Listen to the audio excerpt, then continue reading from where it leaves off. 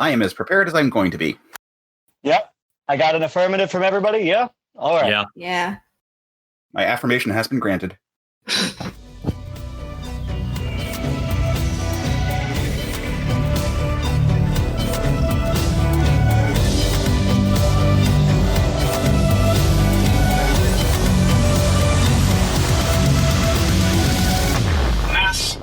You're listening to Reignite, a podcast where we just threw the whole concept out the window. I'm MJ. And I am Matt, aka Stormageddon. Today, we are going to be doing something different. We've been talking about this for like 2 years now. We're finally going to do a Mass Effect-themed one-shot written by our good friend Josh Coslar. Yes, I'm very excited about this because this one gets to be Blasto. It'll be fun. I get to be a very underappreciated assassin with a complex backstory that we will never get to talk about. Josh, do you want to introduce the campaign a little bit? Talk what we're doing here today. So this is my idea of the Blasto Holiday Special. There's a lot of jokes about it being for a localized holiday because it's a galactic production. It could be for any planet. And we were just trying to have a loose, fun time with the 5e Mass Effect rules because they're so interestingly done. That crew built this for nothing, and it's such a good system. Definitely check it out. Awesome. Now let's go around and introduce ourselves and our characters. I'll start us off. I am Matt, aka Stormageddon, as I said at the top of the show, and this one is playing Blasto, our hero. You know me as MJ, and I'm playing Lutana Rix, a Turian Vanguard shock trooper subclass. I am a criminal assassin, and I like stabbing things with my Omni tool. My name is John Lestrange. I will be playing Burlock Palak, a Krogan Sentinel subclass Guardian who was a medic. Yeah, go figure. I break things and I put them back together. Well, I'm Case Aiken, and I'm playing Bogan Jath, a Solarian sniper. I'm particularly good at breaking things. Putting together is not my thing. Dude, you stole my thing. And with that, let's get into the game. Coming soon to a galaxy right next door. This is Blasto's Insert Localized Holiday Here Special. Now, each of our heroes has received a black docket, a box, a data pad containing a location and a credit transfer with more money than you've ever seen. Please update credit transfer for inflation. Now, it says, only meet at a bar in the core of Omega at the peak of night. It says that you will know who your contact is. Some of our heroes are mercenaries and vagabonds and criminals. One of our heroes is the legendary, the incomparable Blasto, the first Hanar Spectre. We open, camera panning, on our bar, seedy, full of criminals, full of slime, full of muck. And one by one, 4 folks who stand out a little more than the rest walk in. Please describe. We're going to start with Blasto. Where in the bar or what you're looking for to stake out or where you might go. Do you go up to the bar? Do you hide in a dark corner? Do you stay by the doorway? Blasto, where are you headed first? This one is headed to the corner table with the largest chairs to sit and observe the entire room. This one does not trust anyone in this space. Lutana, where are you going? I'm heading straight to the bar, keeping my hood up and my eyes open. Palak, where are you going? I'm also heading straight to the bar, but not standing near the Turian. I'm going to order myself some Rheinkall and just settle in to wait. And Bogan, where are you going? I would be positioning myself somewhere at a table, actually facing away from the bulk of the people, making myself look like less of a threat. Meanwhile, I actually have the heads-up display for my sniper rifle keyed so I can scan everyone without them realizing that I am observing them. Excellent. Would everyone please make a perception check, Bogan with advantage? That sounded good. This one sees shit. What is the number that one rolled? A 6. Great. I got a 15. Oh, I got an 11. Bogan observed at a 22. Fuck you, Bogan. Excellent. Everybody rolled just high enough, barely, to notice that 4 people don't look like, or 3 other than yourself, don't look like your average riffraff. So, starting with Frankie, Lutana, please describe yourself. Okay. Lutana is a femturian, usually very alert.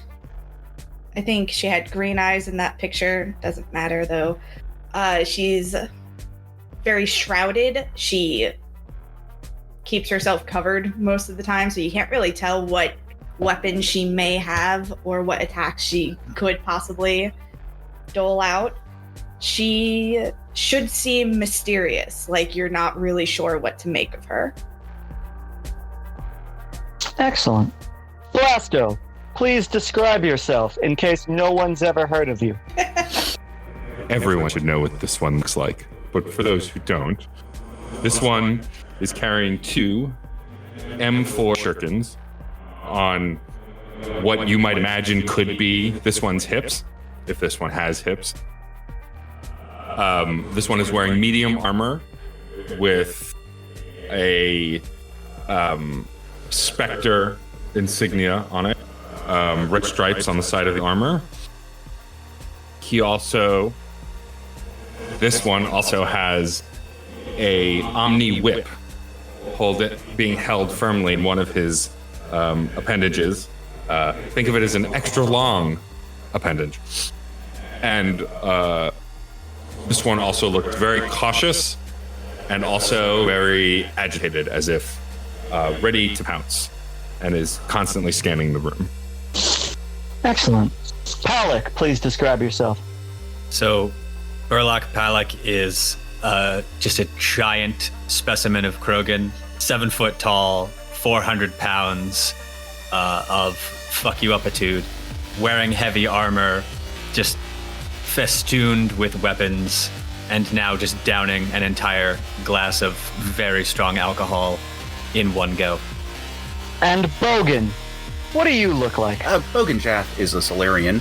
He's dressed in what would be described as a jumpsuit that is of particular quality, but perhaps more for fashion rather than for combat purposes. He seems very guest starry in this kind of holiday special here. He has a greenish skin tone to him, but it has sort of an artificial taint to it, as if it was some sort of spray tan on perhaps more of a grayer flesh tone. His jumpsuit is almost a little bit silvery. It's not conducive towards a proper sniper, which is what you would describe him as. However, the outfit does, in theory, look appropriate for a soldier. Just there's flourishes and embellishments that are more for fashion than otherwise. Excellent. Now, our rolls were 6, 11, 15, and 22. So, Lutana and Blasto, that is all you needed. This bar full of riffraff, and then these 3 other individuals. Palak and Jath, you notice that, wow, everyone here is sort of wearing civilian attire, but there's a pauldron over what you might expect to just be a plain shirt. You maybe see a vest peeking through. There's sidearms all over Omega, but the sidearms are particularly large and plentiful tonight. Something might be up. And Bogan, you notice that almost every single table has a VI personal assistant at the table. That's a lot of money for a seedy bar in Omega. You also notice, all of you, the 3 individuals who peek out. Anybody who rolled more than a 10, which is hilariously everyone but Blasto, recognizes Blasto. Blasto doesn't recognize himself? Did not roll high enough. Who is this one? Blasto needs to work on some self-reflection. I would know Blasto anywhere. Of course. What do any of you do upon noticing Blasto? Or any of the other things that people who might have been paying more attention know? Lutana definitely feels like something is about to go wrong and starts to kind of back away, maybe, and try to find a more defensible position. Are you looking to have your back towards a corner? Are you looking to have your back towards the bar itself? Are you looking to hop behind the bar? How drastic are we talking? I think maybe she's looking to have a wall to her back so no one can get behind her. Okay, we'll say you shuffle off just past the bar into the corner, and you've got a wall behind you and a table in front of you. It's an empty table. You're pretty sure that you're gonna be okay if something were to go to hell right this second. Anybody else want to do something? Blasto, are you just content to drink? Correct. This one is just sipping his space wine. Because this one is a classy motherfucker. I would like to make a perception check to ascertain if Blasto is aware of my presence. That's an insight check. Go for it. Sure, I would like to make that insight check.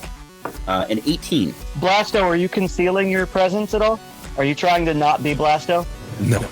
This one is always Blasto. You notice that Blasto has noticed you. I see. Well, in that case, I would like to prepare. My sniper rifle is concealed somewhat. People are aware that there is a gun on my person, but I would like to prepare, using, of course, my heads-up visor and camera apparatus from the sniper rifle, prepare to shoot out the lights and potentially duck behind the table that I am currently sitting at and draw a bead on Blasto, that bastard. Excellent. Does anyone else have anything they would like to do? I'm just gonna check my weapons, put a subtle hand on my pistol, just make sure that it's there. Just trying to be aware of everything that's going on in the room, but I'm not gonna actually go anywhere. I'm fine here.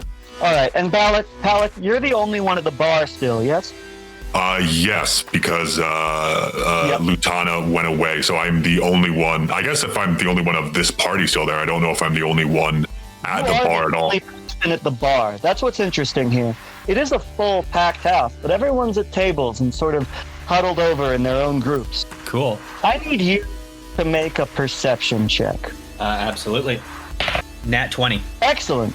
Now, I need you to make a dexterity save with advantage. Dexterity save with advantage. Cool.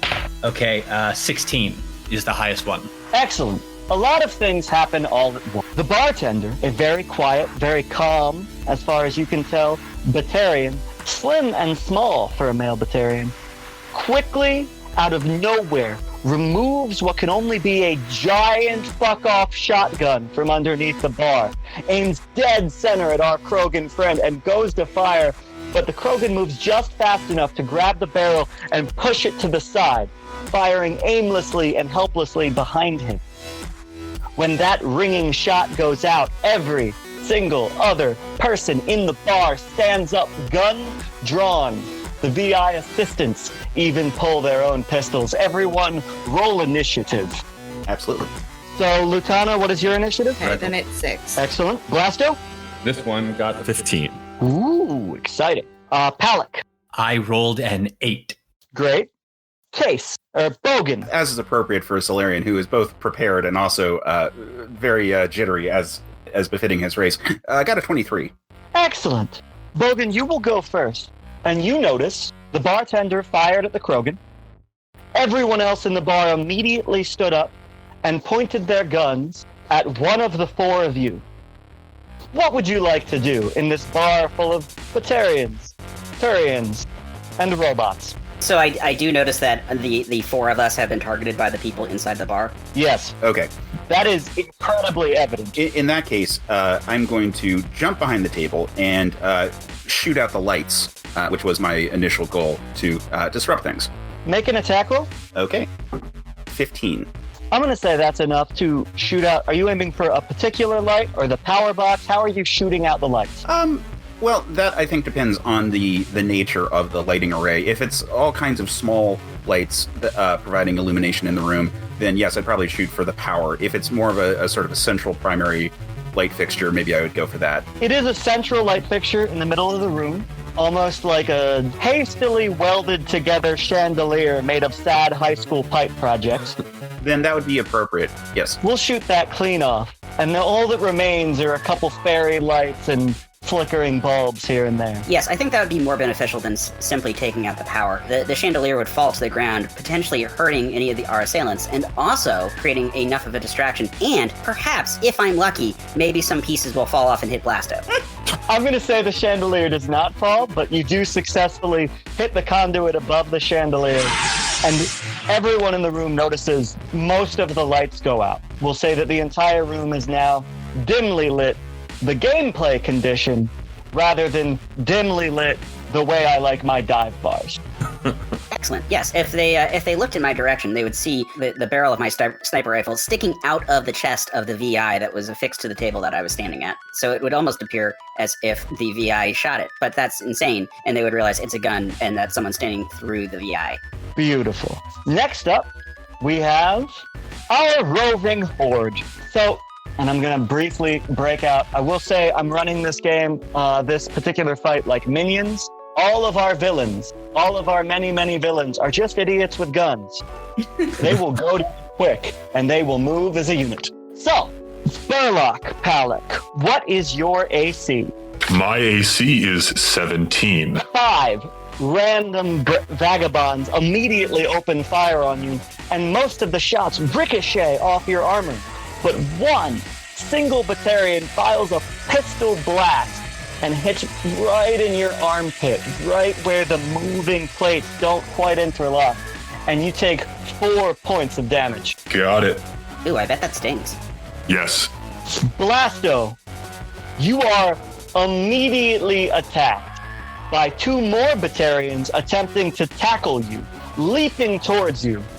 Make an athletics check with advantage or an acrobatics check with advantage, your choice, to dodge these brawling Batarian brigands. This one will go with athletics. 18. 18? Yes. Excellent. Both Batarians leap low, and being a Hanar floating by Mass Effect fields, you simply levitate a couple inches more off the ground and they smash into each other. Blasto, it is also your turn.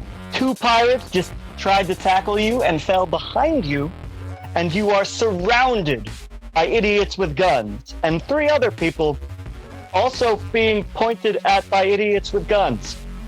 Okay, I will take this opportunity.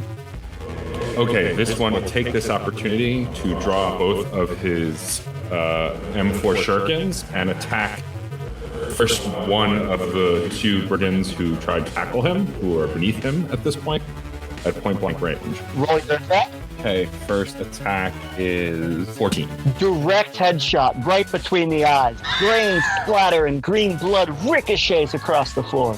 I will take my second attack and attack the other one who tried to tackle me. Go ahead. That is a 12. Also a hit. This one right between the armor plates of the solar plexus. Sinks further into the ground.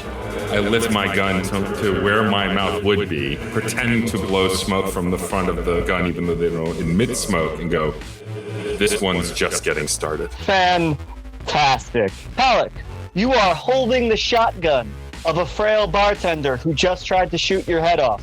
Yes, and I'm going to do something with that. I am going to drag him towards me by the shotgun and headbutt him as hard as I can.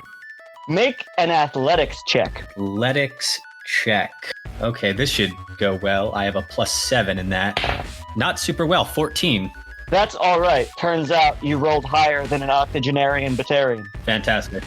You yank him forward, swing your head to meet him, and make just an attack roll with advantage. 19. There we go.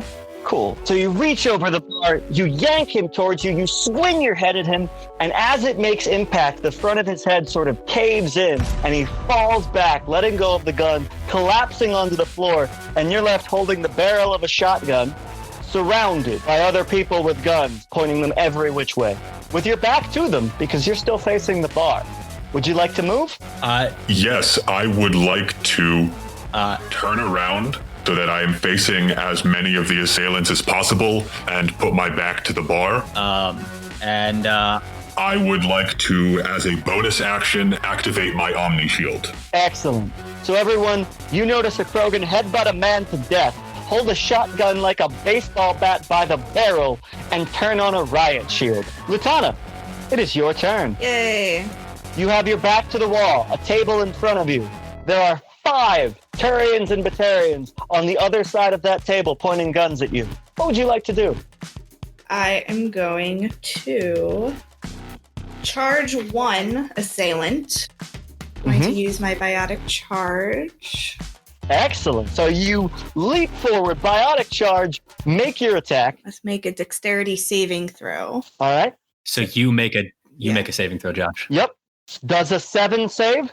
I do not think it does. It doesn't. You hit. So that was 5. You leap forward, charged with biotic energy, slam into the first assailant, and they ricochet off of you, slamming into the wall and crumpling in a cracking of bones. The other 4 assailants, now surrounding you with you in the middle of them, turn and look confused. What do you do next? Next, I'm going to literally slam. Excellent. Is that all of them? No, I think it only does one. Target a lifted, oh no, it has to be a lifted creature. Never mind, I will not do that one. Instead, I will do Nightshade Blades. Excellent. Tell me what that sounds amazing. So, Nightshade Blades. My Omni tool is equipped with 3 microscopic poison-tipped blades that are able to pierce through the shields and armor. I make a ranged weapon attack on a creature I can see within range, expending 1 blade. I add my proficiency bonus to this roll. On a hit, the target takes 1d12 poison damage and must succeed on a Constitution saving throw. Or they'll become poison until it finishes a short rest. Excellent. Go for it. So that is a 17 to hit. Fantastic. That hits. Roll damage. That's 4. The holographic manufactured blade goes flying and hits right at the top of the trachea, and that assailant sinks to the ground. And then that's the end of my turn. Excellent. So you've leapt into the middle of the fray. You've taken out 2 out of 5 people pointing guns at you, and the other 3 are shaking with fear. As they should be. That takes us back to the top of the round. Bogan. Excellent. How many assailants are we looking at this point? Thank you for asking. Make a perception check. This will not count against your actions for this turn. Excellent. My perception consistently rolls well. This was a 22. You're looking at exactly 19 assailants left. 19. That is a number that I do not care for.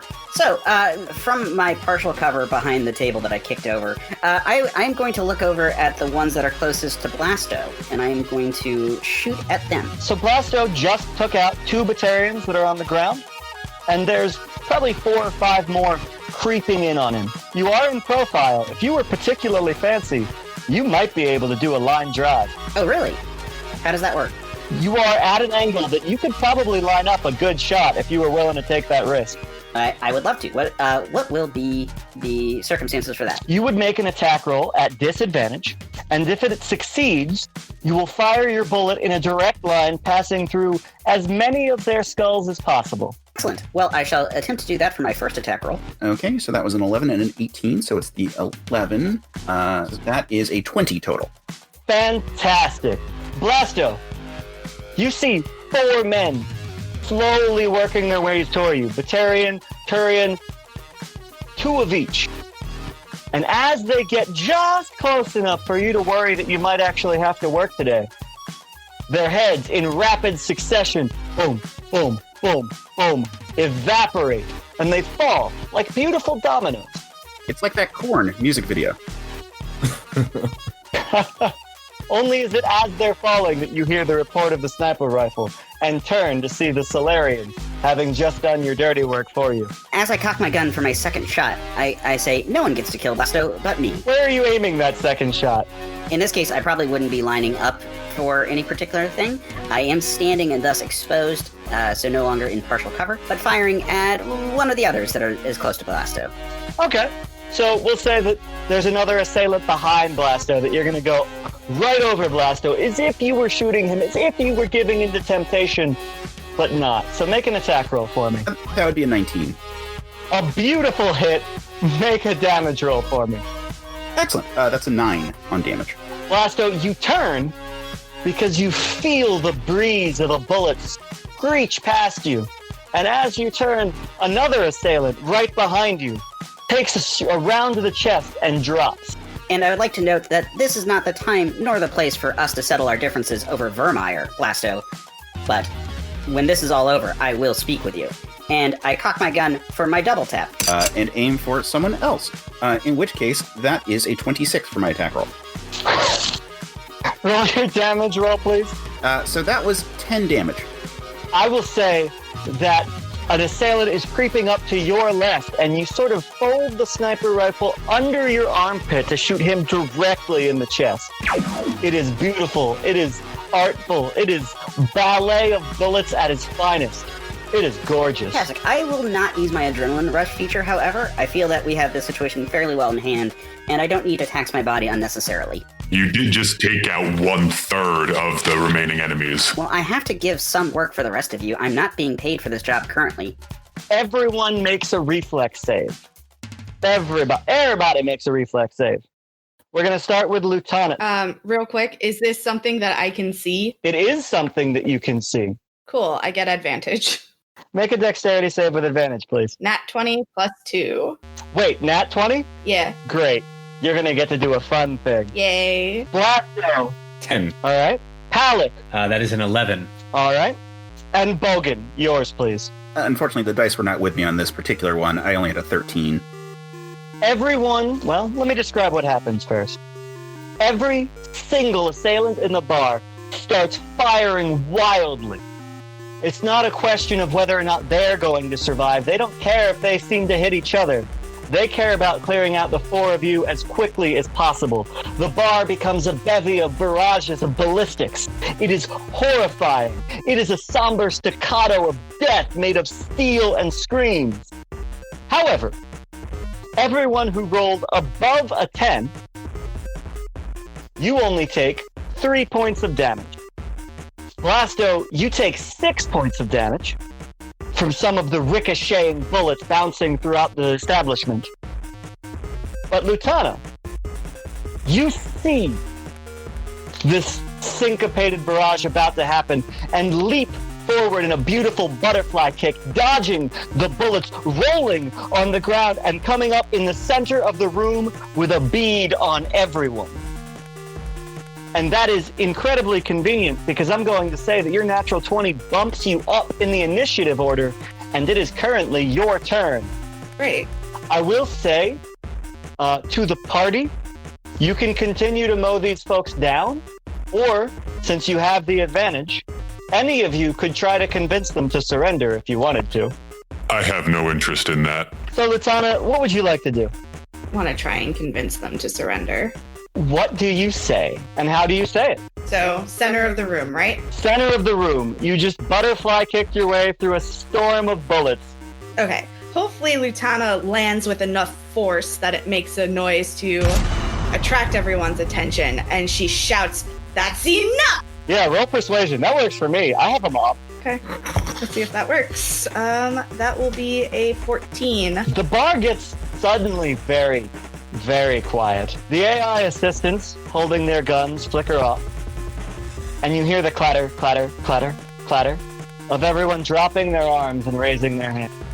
What started out as 25 heavily armed brigands is now only 7 or 8 holding up their hands. One Batarian, clutching his stomach, says, "Enough!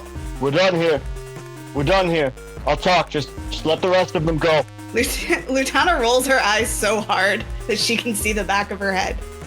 He's dressed like all the others, maybe wearing a little more armor, maybe a little more heavily armed, maybe a little more profusely bleeding.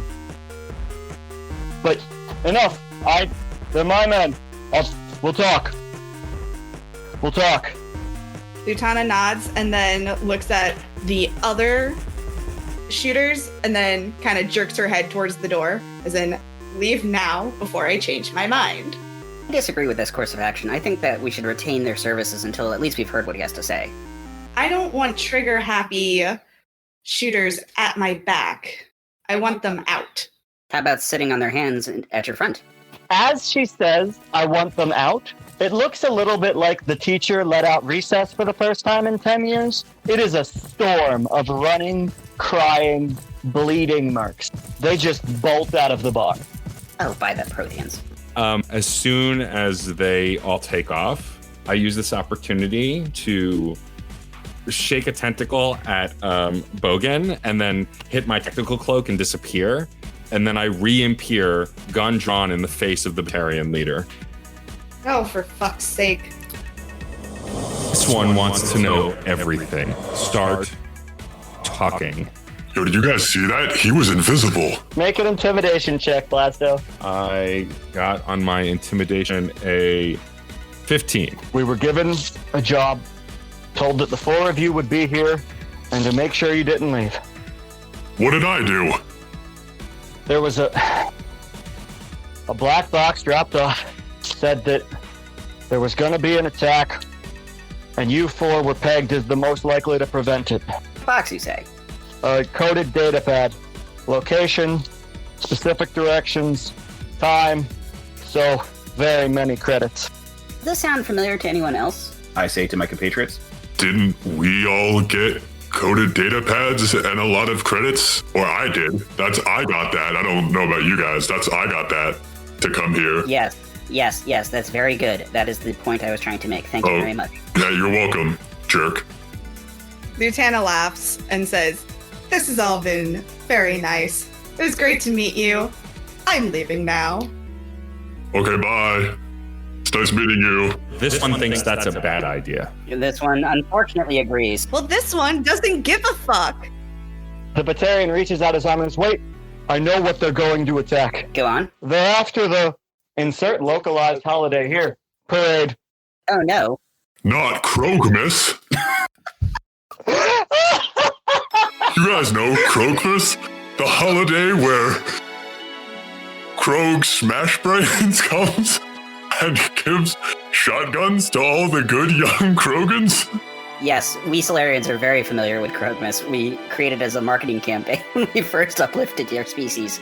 I know, I have so many shotguns now, it's great. Yes, they're after All of you. they're after the Krogmas parade. You were pegged as mercenaries or agents that might be hired in the counterattack. Who is they? I don't know. They drop off black boxes. I've worked for them for a few cycles now. I press my gun against it. This one presses his gun against his temple.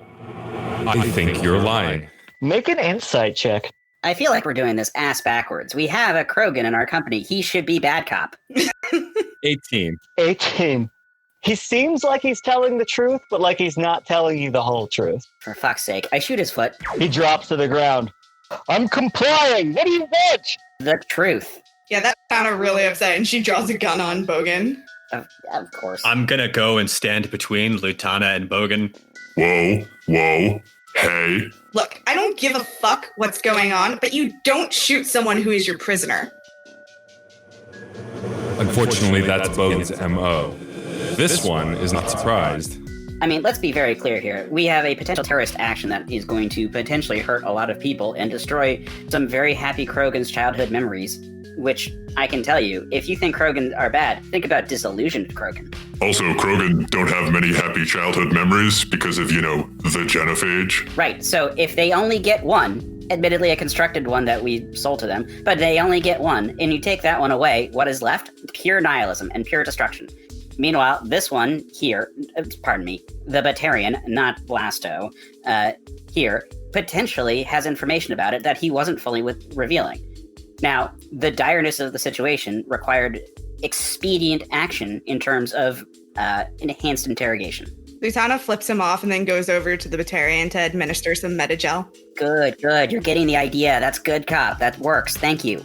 I will shoot you in the face. The Batarian kind of looks back and forth at this ping pong, waiting for his time. After Lutana administers the metagel, I'm just gonna pick this dude up by his shoulders so that he's eye level with me.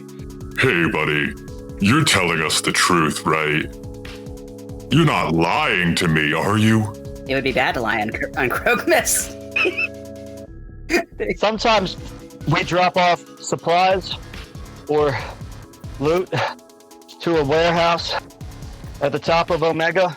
That's all I really know. Here's the nav points, and he taps a code onto his Omni tool and beams it to you. I feel like you're concealing one point, which is that you know that they are supplies, what are they? Even if you think that it might be false, what at least does the shipping manifest indicate? Salvage metal, scrap parts, old spaceship supplies, but 50, 100, 150 years old. It doesn't make any sense. Well, if you're making a bomb, you can definitely do that with those parts. And if you're Actually, you know what? I would like to make an engineering check to see if I can ascertain anything about like what you might use those for. Okay, I'm gonna need you to ask.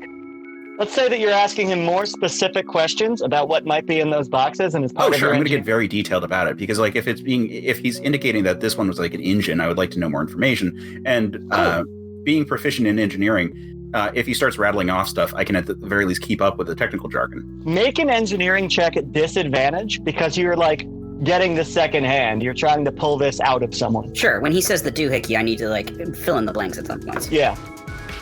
So you said at disadvantage? Yep. Okay, so that will be an 18. Damn. What was the higher roll? So I rolled a 14 and a 17, and I'm proficient. Got it. It's all spaceship parts, but he doesn't really know what he's talking about. It's all specifically spaceship computer parts. Oh, it's computer. Navigation, automation, gun automation, armory automation, thruster automation. It's all computer parts for spaceships. Digital controllers and such. You know, space MIDI. Interesting. You're not really sure why somebody would need to control that many different systems.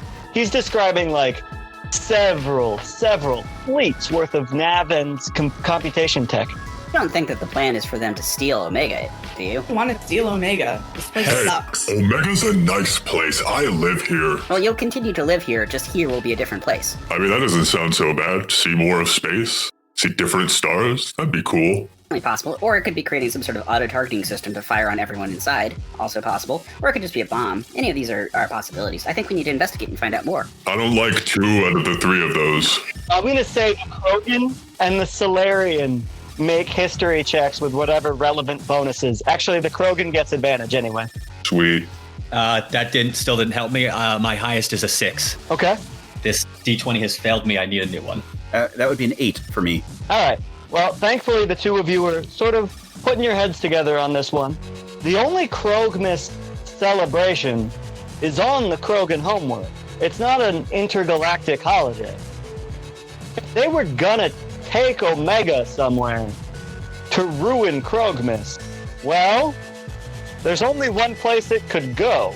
The last time I was on Tachanka, I was told that if I ever returned, and they confirmed my identity upon it, I'd be dead. I don't wish to be forcibly brought there. We need to stop this. To be fair, they can't really blow up Tachanka any more than it's already been blown up. That's also true. Our kind, and I give Lutana like a pat on her shoulder. It's like, our kind really did a good job there. When he touches Lutana, she reacts to bend his arm back. Hey, this wasn't in the contract. This wasn't in the contract. This is real. This is real. This is real. And Lutana says very low and very dangerously, "Don't touch me." It's called improv. All right, stay in scene. Stay in scene. Okay. This one is tired of talking. Toss this trash to the side. We have a parade to save. All right. So do you guys head for that warehouse, or what's the goal? I'm sorry, Lutana needs a good reason to do this because she doesn't actually give a shit. It's in the script of the TV show you're in. Like Krogmas. It's a non-equity shoot. You're being paid by the hour. Take the job. All right, fine. Oh God, I should make all of my D&D campaigns take place in TV shows. I don't have to justify shit. It's certainly great. As she's complaining, I do pull out the script and I point out how the scene is supposed to go before she decided to manhandle me. Blasto looks directly into the camera, and as if he could, gives the camera like a weak nod, the best that a Hanar can, pulls his gun up and says, "This one is ready to roll out," and then walks out of the scene. So as Blasto walks out, our camera cuts 60 Batman style, bringing an optic in and optic out. And suddenly, we're outside a warehouse in what could pass for the ritzy part of Omega. The 4 of you re-equipped, healed, the Batarian quickly forgotten because he was the producer's nephew and really only needed the one scene. So, we cut outside the warehouse in Omega. It's rusty, it's seedy. It's surrounded by fire escapes because everything in Omega is. The doors are shut. They are blast doors. There are no windows that you can see. It is, for all intents and purposes, a Durasteel box. Just a really big one. What's the roof like? It's a Frank Lloyd Wright single roof line slope, like a giant sad trapezoid. I would say that we should all scout the perimeter and see if there's any obvious point of egress. All right. Everyone, make an investigation check. Everybody. Actually, yeah, no, everybody. Ooh, that's Ugh. not my strong suit. This one rolled a 7. Okay. I rolled a 19. I rolled a 15. Okay. This was investigation. Mm-hmm. In that case, it's a 20. As you all sort of quietly pace around the warehouse, there's no need to be stealthy. It's Omega. No one cares what you steal. The Krogan, the Turian, and the Solarian, almost at the same time, arrive at the same corner where a weld in the wall seems to be starting to crack.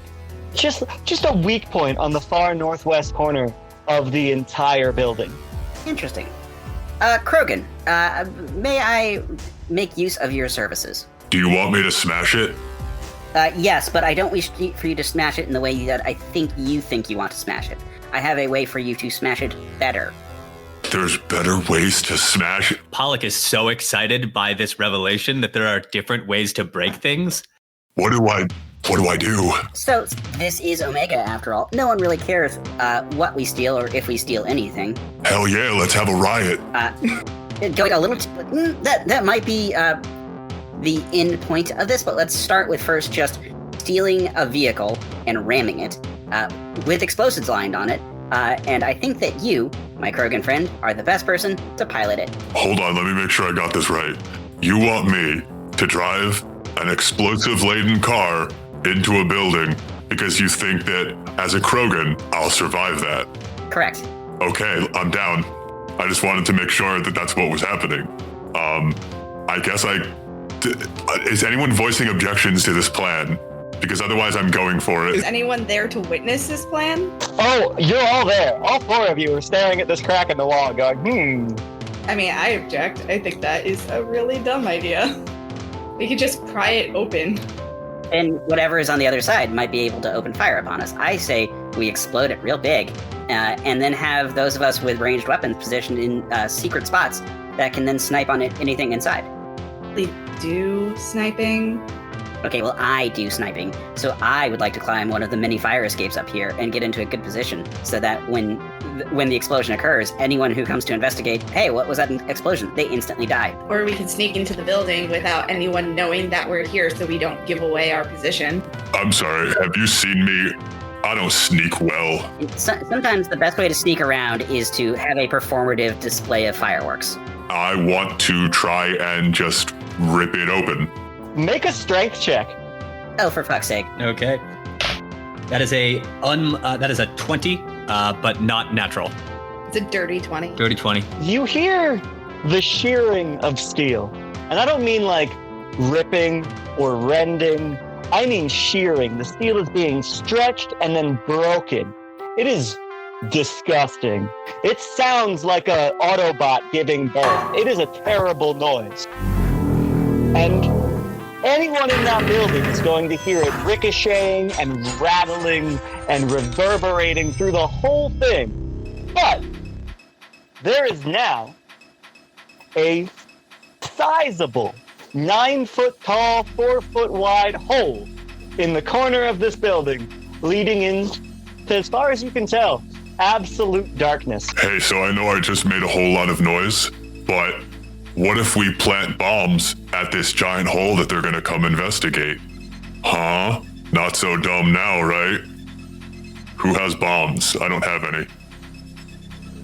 This one is not carrying grenades today. The Solarian made it sound like he had bombs. Going to steal bombs. That's a lot of stealing, my guy. We don't have a lot of money here on Omega. You all hear a lot of footsteps. This one will handle it. I hit my tactical cloak and get into position. This one suggests y'all do the same. I'm going to activate my tech armor. Then I'm going to pull out my shotgun and point it at the hole. I was going to climb one of the myriad fire escapes and position myself at a less obvious concealed spot where I could still have a good sniper range. You could try to do that. Lutana? Lutana moves to the side of the hole, hood up, Omni Blade out, ready to take on anyone who comes out. You still hear footsteps, but you're pretty sure they're going away from the hole in the wall. Did I scare them? This one thinks it's impossible. I'm going to calm Blasto. Blasto, I think that they may be trying to escape from the other side. Can you flank? This one will take care of it, and I move.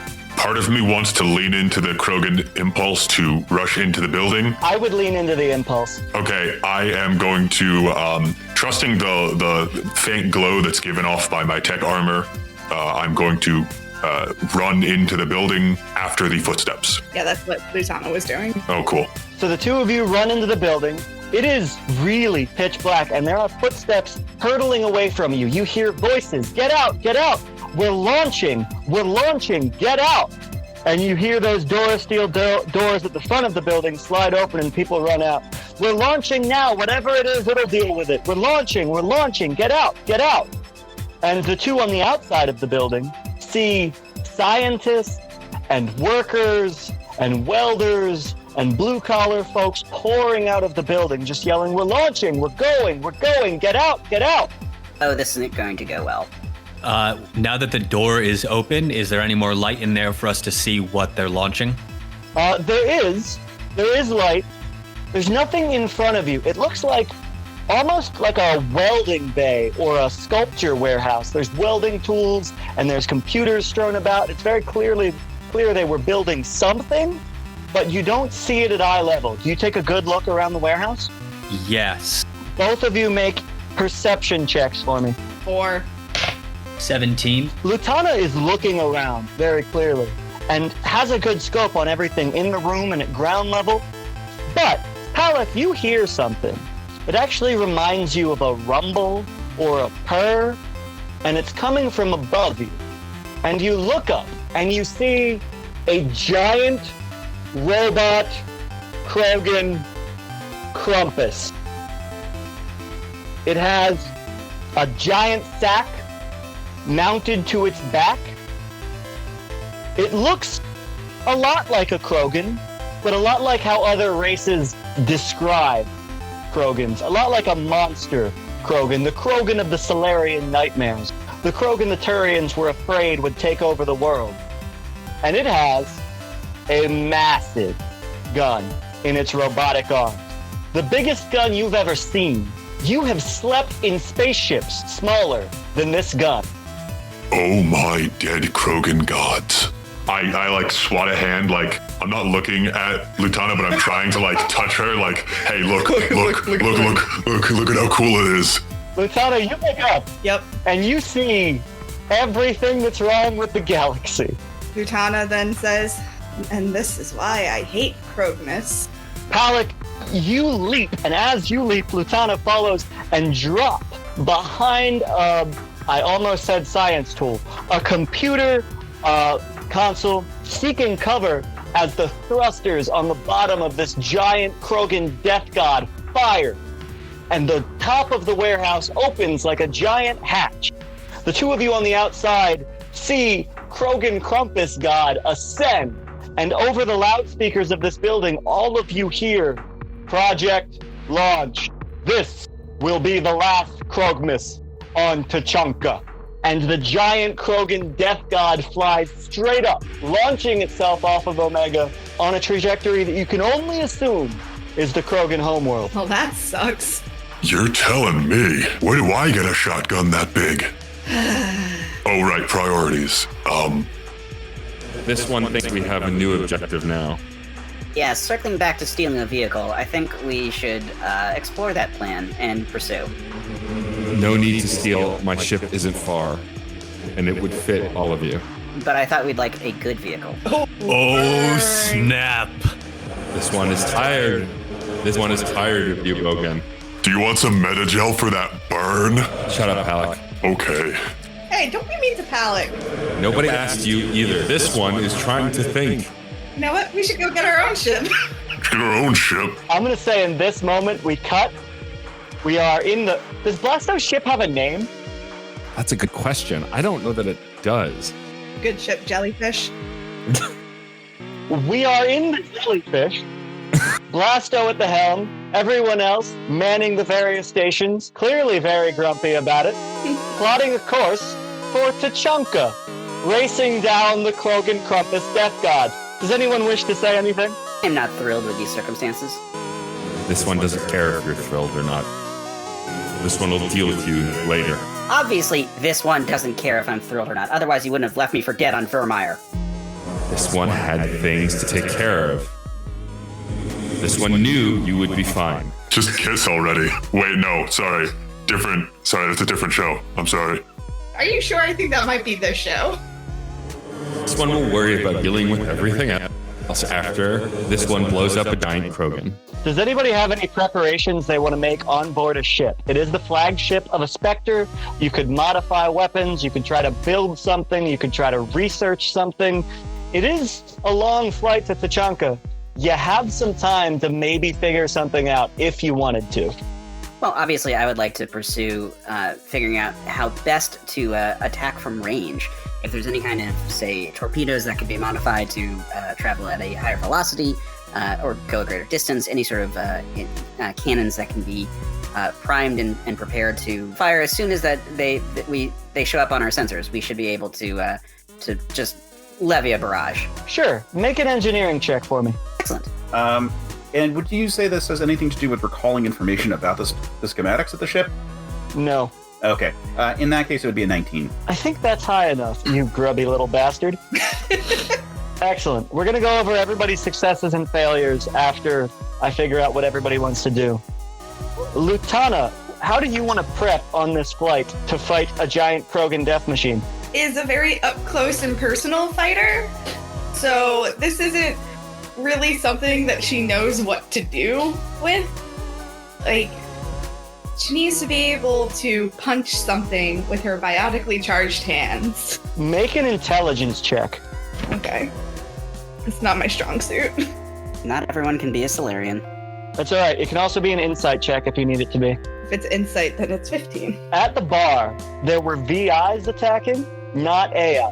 The stuff that was being shipped to this warehouse were steering and controlling and computational things, but they weren't anything you could build an AI with. That giant Krogan death machine has pilots in it. Ooh, I like that.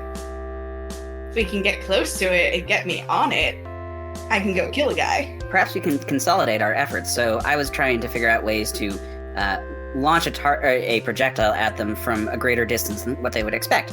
Perhaps that projectile could be some sort of boarding vessel for you. For a second, I thought you were just going to say it could be me. I expected him to say it would be me. I mean, it could be both. Why not both? Por qué no los dos? Are you guys, the three of you, building some sort of like boarding torpedo? Yes. Maybe? I am absolutely putting my efforts toward, because Like, Palak is very confident in his ability to kill anything that needs to be killed. He sees no need to get new weapons. So, like, the only preparations I'm really making are making sure that, like, I've taken a short rest so that all of my tech armor and the, like, Omni Shield things are back up to full.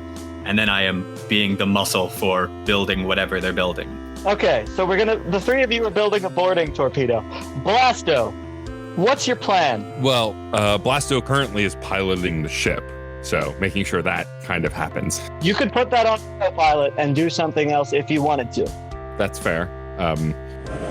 This one believes that any job worth doing is worth doing correctly. But Blasto will remind everyone that he fits into very small spaces and can get very small. So whatever they're building to board this Krogan, he can fit anywhere. So as long as they make a small pocket of space for him to jiggle his way into, he'll be able to participate in the boarding torpedo. so I can just carry you in my pocket. This one isn't that small, but you're getting the idea. I have big pockets. They're like cargo pants. Krogan, I think what you would need is some sort of satchel to throw over your shoulder as you squeeze down that chimney.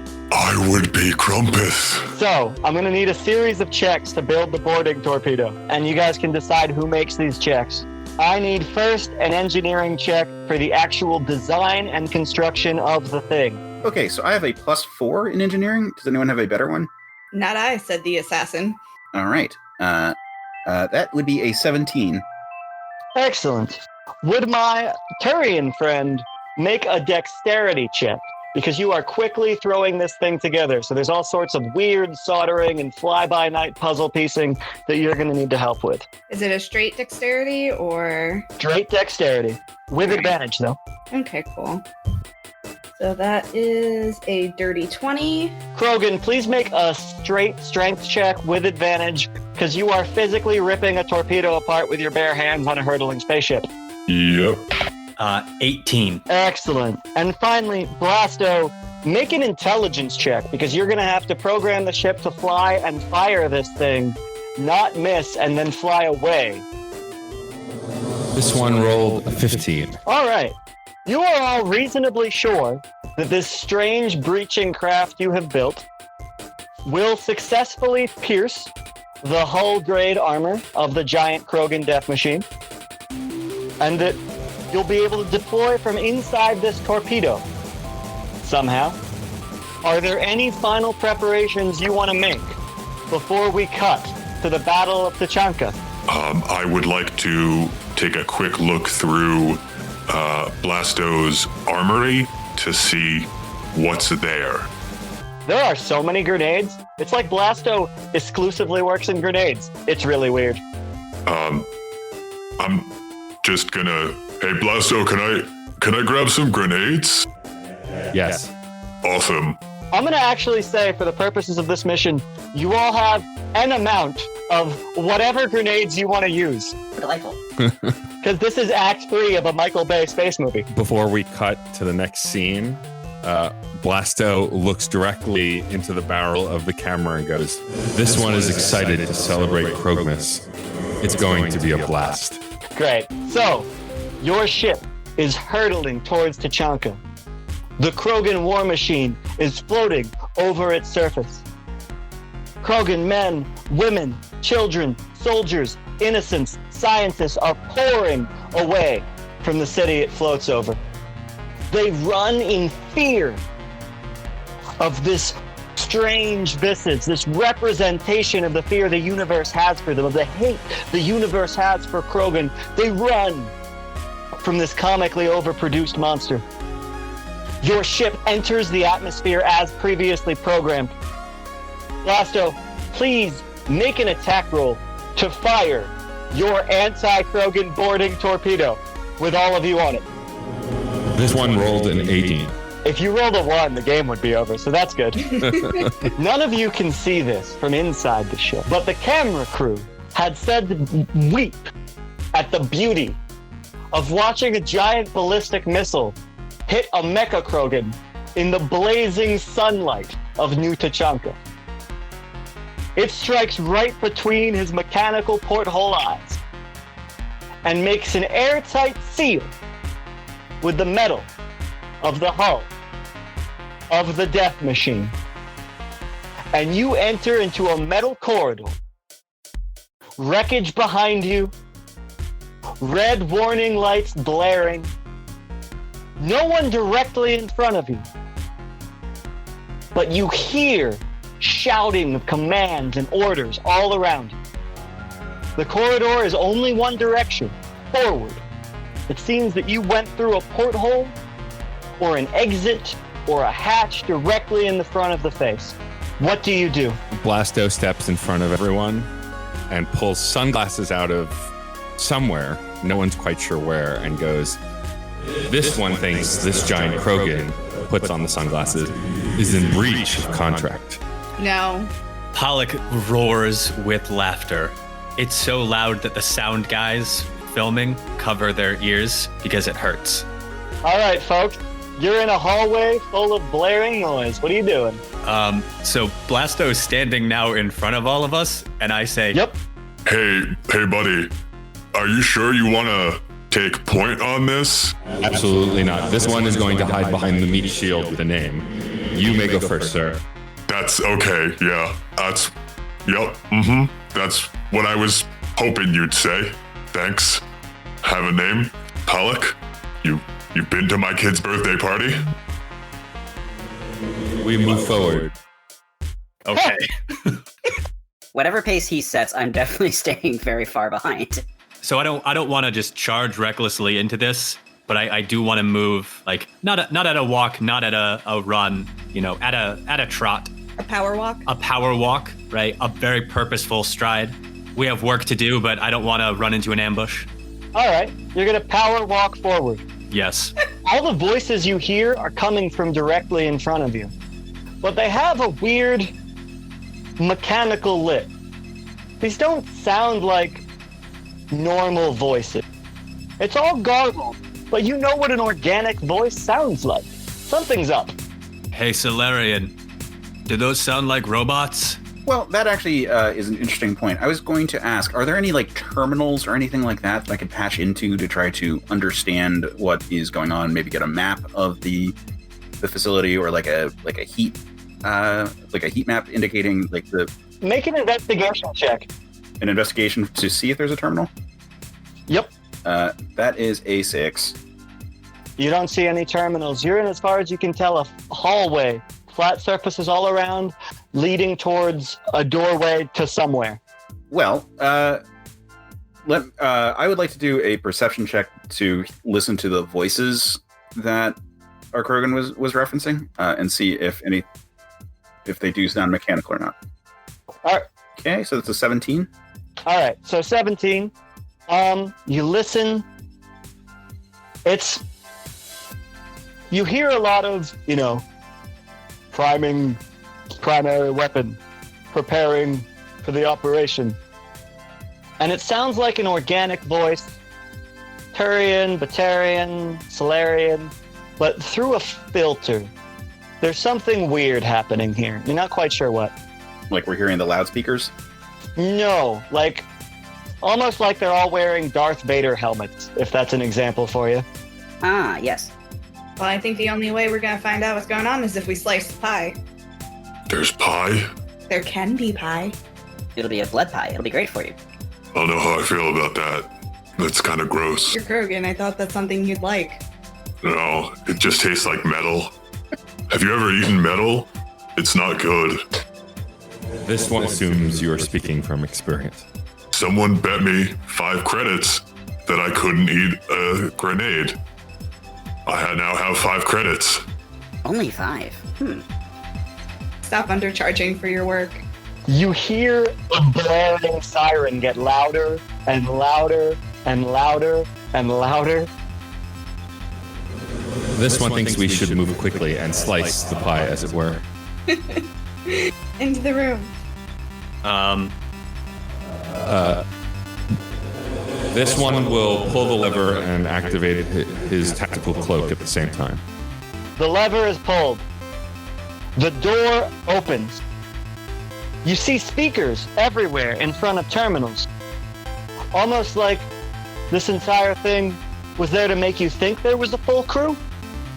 And standing in the center of this strange vignette is a Krogan. Covered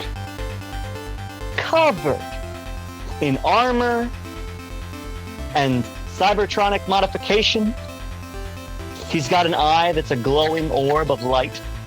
He carries on his back a sack. In his hands, a Gatling gun similar to the one that the robot you now stand in carries. And he says, I will make this the last Krogmas, and opens fire. Everyone make dexterity saves. Wait, is this Cronus? Crumpus. Oh, I rolled a nat 1. 12 as well. 21. Solarian immediately drops and the hailstorm of bullets flies over. Everyone else takes 7 whopping points of damage except for our Krogan, who takes 14 just being drilled as this giant, massive super Krogan almost drifts the Gatling gun over you for a little longer than everyone else, as if to say, I have measured you and found you wanted. So my AC does nothing to help me here. nope. Did you just drop or are you still up? Oh no, I'm fine. Okay. I had 48 hit points to start, plus I have a lot of things that can give me more temporary hit points.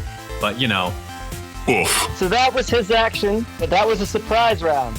Everyone roll initiative to fight Super Krampus. That'll be a dirty 20. That will be a 12. 20 on the die. Well, in an inverse of previous, I have a 7. Wow, Blasto, you go first. Is this one still close? This one is still close. The gunfire that hit you was sort of an area effect, so it doesn't affect whether or not he knows where you are. This one moves to round the Krogan, Krampus, to get behind him, to flank him, and attempt a sneak attack with his Omni Whip. Make your attack, please. 22. Roll damage. Whip damage is 5 plus... No, just 5. And then the sneak attack damage is an additional 8. Your whip lashes out, striking the arm holding the trigger mechanism of the gun, and you hear the Krogan roar and then laugh. But his booming laugh, his ho, ho, ho, sounds a lot like the report of his massive gun. It's very disconcerting. Lutana, it's your turn. Everybody's within 2 meters, right? I'm probably a little bit back of that. Yeah. Excellent. Okay. Well, as long as I have allies within 2 meters, that means I get advantage on attack. I am definitely still within 2 meters of you. That's the important thing. That's all I needed to know. Great. So I'm going to use my lance. I release a lance of energy at a creature within range. I make a ranged spell attack against the target. On a hit, the target takes force damage equal to 3d8 plus my spellcasting ability modifier. Go for it. Wow! That was a nat 1, so I guess I'll go fuck myself. It was a nat 1 twice. Okay. That dice is going to have to be burned now. You throw a beam of energy and it goes wide. The Krogan sort of spinning with the weight and force of his gun and whiffing completely. He stares you down. You have another attack, right? Yeah, and I'm going to try with the Nightshade Blades. Okay. So 12. That's a hit. This is a big Oh, dude. God. This is a massive dude. Missing this guy would be difficult. So he rolled a Constitution save to not be poisoned, yeah? Mm-hmm. Son of a bitch, he rolled a 1. Yes! He's got a +9 to Constitution. He had to roll a 2 and he would have been fine. So he is now poisoned until he finishes a short rest. Upset. Disappointed. Disadvantage on all of his fucking attacks. Upset. Yes! Son of a bitch. I did something right! You poisoned my big bad. I don't care. All right, fine. Good job. Do you want to move? Well, first I have to deal my actual damage, which is 2d12. You're allowed. 11 damage. So almost like she's making up for the missed blast, she turns, fires a blade from her Omni tool, and hits square, dead center mass. And you watch the Krogan's veins turn an inky black as he coughs. And he shouts, One poison was enough. it is his turn. Yeah, isn't that exciting? He is going to rush at the Turian, one arm forward, almost like he already threw the punch and he's just throwing his weight behind it and allowing it to carry him. That is going to be with disadvantage. A 2. That does not hit. The other one was a natural 20. Of course. Well, I rolled a 2. It's like a 7, but still. Well, my AC is 16, so. Good job. He throws this giant punch and you just duck. It goes right over his head. For his second attack, he's going to grab his gun with both hands and physically swing it at you for a 15. Your AC is a 16, right? Correct. You leap over it in a beautiful dive roll as he swings wide, missing completely. And for his third attack, he's going to leave you entirely, continue to spin, and throw another punch at the other Krogan. That's going to be a 13 to hit. I currently have an AC of 18. And I'm going to say that you catch that off of your forearm in a beautiful boxer's parry. And that's going to be his turn. Krogan, go ahead. All right. What I'm going to do now that I've caught his punch, I'm going to say, just for the sake of having arms that make sense for this, I caught it on my Omni Shield, so that way I can hit him with a biotic punch. Excellent. So let's see. That is a nat 1. Oh no. He deflects it with his own forearm in almost sort of a Wing Chun downward parry kind of way. Yeah. Do you have another attack? No. Despite the fact that I am a Krogan, I am playing as a Sentinel, so I don't get an extra attack for a while. All right, Solarian. There are two Krogans boxing each other. Oh, gee, I wonder who I hit. Well, I better light them up. I'm going to activate, noting that they are engaged in melee, and I'm not particularly concerned about him firing down the hallway when he has three much closer combatants to deal with. I am going to forgo either the tear gas canister that I was planning on using or the hex shield that I was actually thinking about, and I'm going to use my stimulant pack. Oh, which is a bonus action that gives me a D4 to attack rolls for the remainder of combat. Nice. And then I am going to light him up. I am going to fire off, and I'm going to use my adrenaline rush feature. So I'm going to attack twice, which is actually 4 attack actions. Mm-hmm. And I am going to use sharpshooter on all 4 of them. Holy mother of God. All right. Jesus Christ, Case. So well, that's a -5 on all my attack rolls. Countered by my +2 for my sniper fighter style and my +D4. All right, let's see how this goes, guys. All right, so it is... Just roll all 4 attacks and tell me how many hit. Does a 14 hit? 14 hits. 14 hits? Okay. I'm assuming a 9 misses. 9 just misses.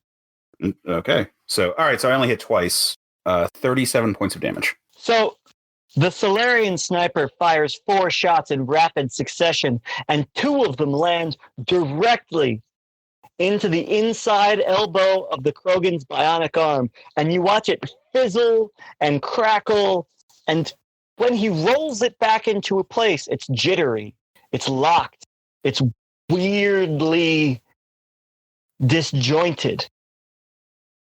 Top of the round. This one goes again. I too. This one too is going to use his adrenaline rush, and this one will get an extra action, so that gives me 3 attacks as well. Unmoved, I will also use my cunning action to dash and do a cinematic dive as I fire off both of my M4 shurikens in 3 glorious attacks through the air. One of those the first attack of this round does get sneak attack damage because he is in melee. Excellent. So I will roll them individually then. So first attack is a 17 plus 5. That's 22. Hits. Roll damage with sneak attack. Okay, so that's 2d4 for the shurikens. That's a 4 and a 2 is 6. And the 2d6 is another 7. Wow. All right. And then the second attack is a 16. Mm-hmm. And that's another 2d4. And that's another 4 damage. And then the third attack is a 1 on the die. Oof. So that goes wide. Okay. Are you going to move or are you good?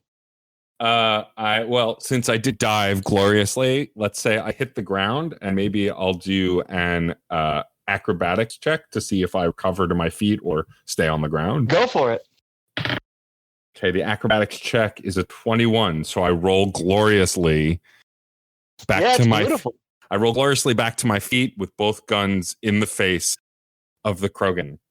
This one is just getting started. Air quotes around feet. A Hanar doing a dive roll must sound like when it hits the ground like mac and cheese. Just whoosh. All right, Latana, what are you doing? Is there anything in this room that I can potentially fling? It looks like everything's bolted down. Mm. You might be able to lift up like a computer, like a monitor or something. Does it weigh less than 20 pounds? It does. So I'm going to use my catapult, where I choose one object weighing from 1 to 10 kilos within range that isn't worn or being carried. Yeah. The object will fly in a straight line up to 30 meters in a direction I choose, which is at the Crumpus. If the object would strike a creature, the creature must make a dexterity saving throw. On a failed save, the object strikes the creature and stops moving. When the object strikes something, the object and what it strikes each take a 3d10 bludgeoning damage. 3d10? Yep. Wow! Alright. Well, he's got a negative dexterity score, so that didn't go great for him. That hits. Roll 3d10 damage, please. Excellent. That's a total of 19 damage. Excellent. So you use your biotic power to grab a computer screen, launch it across the room, and it lands directly in his jaw. And as the computer shatters, that very corner of the computer is still embedded in the flesh and steel membrane of his mechanical face. Oh yeah. Is there anything else you'd like to do? Yeah, I'd like to do another attack. Go for it. I'm going to charge. It's another dexterity saving throw. Yep. I'm assuming a 7 doesn't make the cut. No. So that's 7 plus 9, 16. What a hit! It also says the target becomes prone. Yes, thank you. So the Krogan drops, which is unfortunate because Palak is towering over him still. It is his turn. He's going to take an action to get up. Palak, that gives you an attack of opportunity. Hell yeah. So as he's getting up, I want to just punch down. Yeah, I just want to do a biotic punch down at him as he's coming up. Okay, so 14 total. Hits. Okay, damage is 6 total. Okay. Lutana, you also get a attack of opportunity because nice. You're in melee range and he's getting up in front of you. I'm just going to stab him, too. So 11. Okay, that hits. Great. So that's 1d8 slashing damage. 7. Excellent. So you guys both knock him back down to the ground, but he does stand. And for his other action, for his movement, he's going to sort of drop his gun and lift up both of his arms in front of his face and take like a classic boxer's stance. Palak, it's your turn. Okay, so what I want to do upon seeing him take this classic boxer stance is I'm going to drop my Omni Shield and use a bonus action to activate my tech armor, which doubles my health from what it currently is. And then I want to headbutt him. Roll that headbutt attack. That is a 13 to hit. That hits. I deal 6 as I headbutt him. He recoils. Do you have another attack or anything else you can do? No, I did my bonus action and I only get 1 attack, so that was it. Great. It is the sniper's turn. Excellent. Well, I'm going to fire off 3 shots at him then. Go for it. I am going to be using sharpshooter for all 3. All right, and so for the first one, I'm going to use a superiority dice to increase its total. So a 17. Wow. Hits. Hits. Next up, 23. So that's going to hit. And third shot, I'm also going to use a superiority dice to increase. So that puts that up to an 11. Hits. Okay. 53 points of damage. Oh my god. What? Damn. What the absolute hell? So I hit him 3 times using sharpshooter. Sharpshooter, I take a -5 to my attack roll and gain a +10 to my damage roll. And I hit him 3 times, and so that's just a base damage of 30 before you roll any die. Yes. Actually, more, but yes. So with that in mind, I need Burlock Palak to make a strength check, and I need Blasto to make an attack roll with your shuriken. Okay. Both at advantage. Burlock, what is your strength check? With advantage, it is a 21. Blasto, what's your shot? 14 with advantage. Poisoned by the Turian, the Krogan is railing and throwing and wailing his fists about, takes 3 rapid shots, and as he recoils from these bullets, our Krogan grabs him by the collar, launches him towards one of the porthole eyes, and Blasto fires his shuriken in the chest, the Mass Effect propelled bullets launching him against the window, through the window, and down out of our giant Krogan death machine, hurtling towards the dusty sands of Tachanka and towards the masses of those he tried to subjugate. You hear a thud as his body hits the ground, and the roars of the Krogan crowd. And in the backs of your mind, you all hear the voice of the Krogan people in your ear, or the localized population. And you hear, this is the meaning of Krogmas. Really good violence. Fade to black and credits. As credits play, of course, Bogan Jath's popular hit single, Love is Just a Chemical Reaction, begins to play. Wow. I got like serious Three Musketeers vibes. That was amazing. That is Reignite's Blasto Holiday Special, created lovingly by Josh Coslar, our DM. Thank you, Josh. That was awesome. That was really good. Everybody I have a felt good very day? useful. Yeah, that was amazing.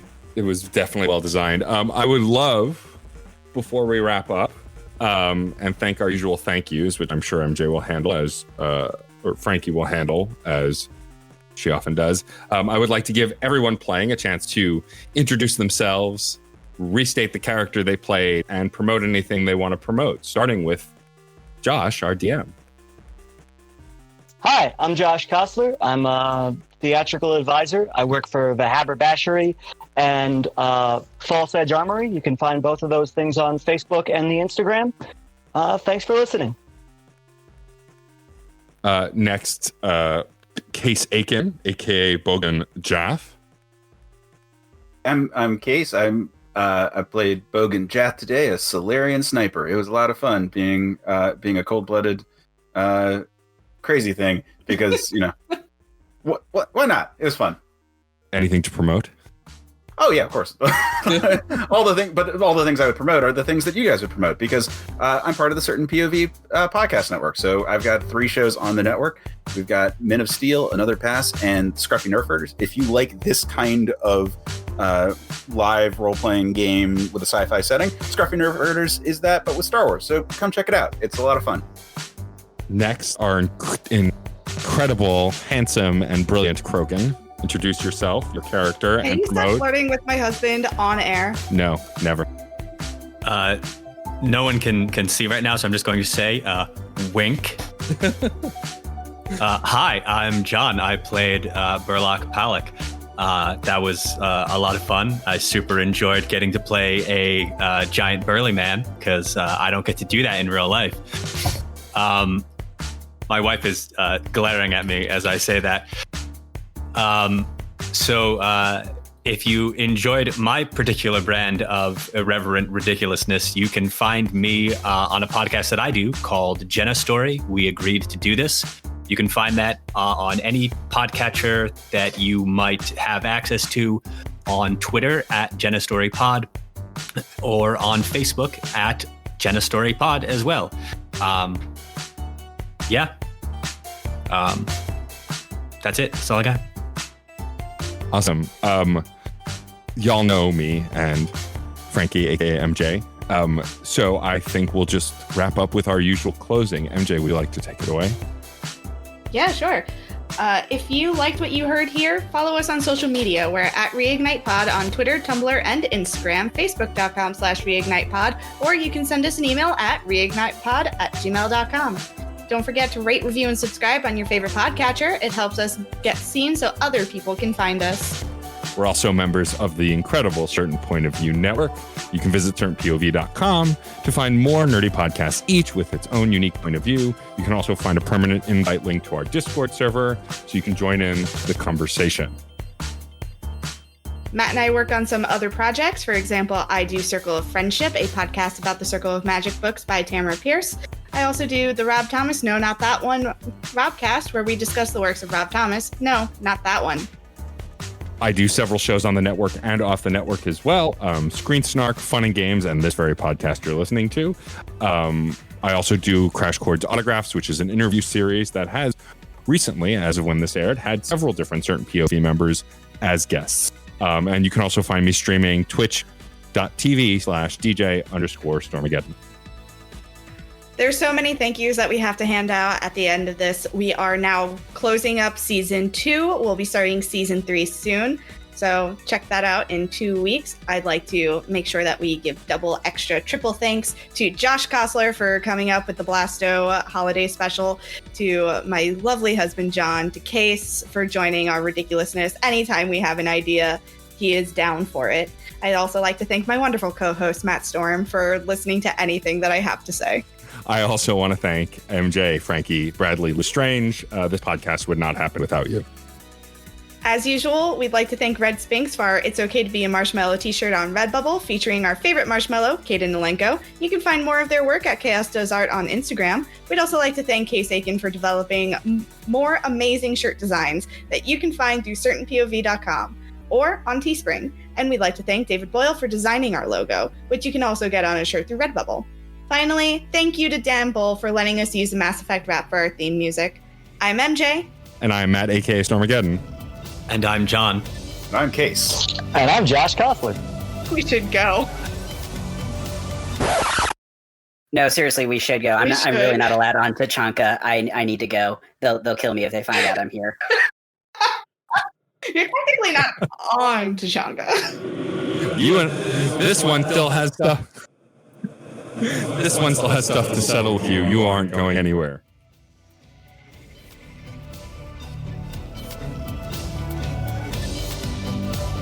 You're listening to Reignite. I'm Commander Shepard, and this is my favorite podcast on the Citadel. Wait, guys, does anyone want to help me give out presents? I think there's a lot of guns in this ship. We should give them for Krogmas. Oh, I'll help. Let me handle that. I'll make sure they go to the right place. I don't. This one does not believe you. No. They're going to the Krogan. They're going to the Krogan children, and you're not allowed on Tachanka. Someone find me a big red bag. I'm gonna be Krampus. Hey, Nerferders. My name is Case Aiken, and for over 2 years, I've hosted my show, Another Pass, where I sit down with interesting guests to talk about movies that we find fascinating but flawed. Good movies, bad movies, doesn't matter. We find ways that they could have been improved. So if you ever thought that a sequel dropped the ball by forgetting about a plotline, that an epic could have been saved by introducing the director to an editor, or that a comedy didn't work hard enough to have some substance behind the laughs, then check out Another Pass podcast at certainpov.com or wherever you get your podcasts. Hello, you wonderful human being. How do I know you're a wonderful human being? Well, if you're hearing this message, it means you're listening to a certain POV podcast, and that makes you awesome. Thanks for your support. This is Pat Edwards from the Let's Rewatch podcast, and for those of you who don't know me, I'm an author. My latest project is a new 5th edition D&D campaign book called The Red Opera. Inspired from the musical album and stage show of the same name, The Red Opera sends you on a twisting saga through dark and dangerous city teeming with intrigue, magic, death, and betrayal. And warlocks. This book is lousy with warlocks and all the mischief that comes with them.